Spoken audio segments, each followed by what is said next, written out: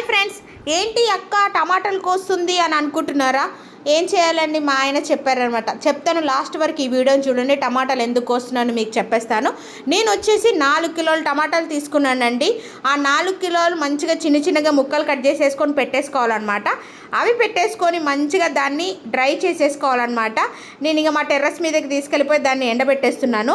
మీరు అనుకుంటున్నారేమో ఈ అక్క పచ్చడి చేస్తుందేమో అని. టమాటా పచ్చడి కాదండి, నాకు టమాటా పచ్చడే రాదు. ఇది టమాటా పచ్చడి అస్సలే కాదు.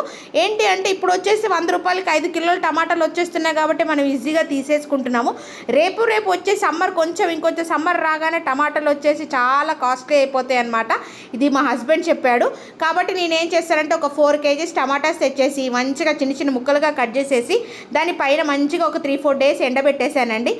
కంటిన్యూస్గా మంచిగా ఎండబెట్టేసుకోవాలండి. ఒక్కొక్కటి అతుక్కోకుండా మంచిగా ఎండబెట్టుకోవాలి. ఎండబెట్టేసుకోవాలండి. ఇది రేపు మస్తు యూజ్ అవుతాయి అనమాట. అలా నేను ఒక 3-4 డేస్ కంటిన్యూస్గా ఎండలో మంచిగా ఎండబెట్టేసుకున్నాను అనమాట. చూసారు కదండి 4 కేజీస్ టమాటాస్ ఎన్ని వచ్చాయో.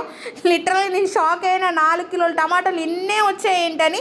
ఇవి మంచిగా కరకరలాడేటట్టు మంచిగా ఎండిపోయినాయండి. వీటిని తీసుకెళ్ళి ఒక మంచి కవర్లో పోసేసుకొని మంచిగా స్టోరేజ్ చేసేసుకొని ఫ్రిడ్జ్లో పెట్టేసుకుంటే టమాటాలు ఎక్కువ కాస్ట్ ఉన్నప్పుడు మనం ఈజీగా వాడేసుకోవచ్చు. కొంచెం వేడి నీళ్ళలో వేసుకొని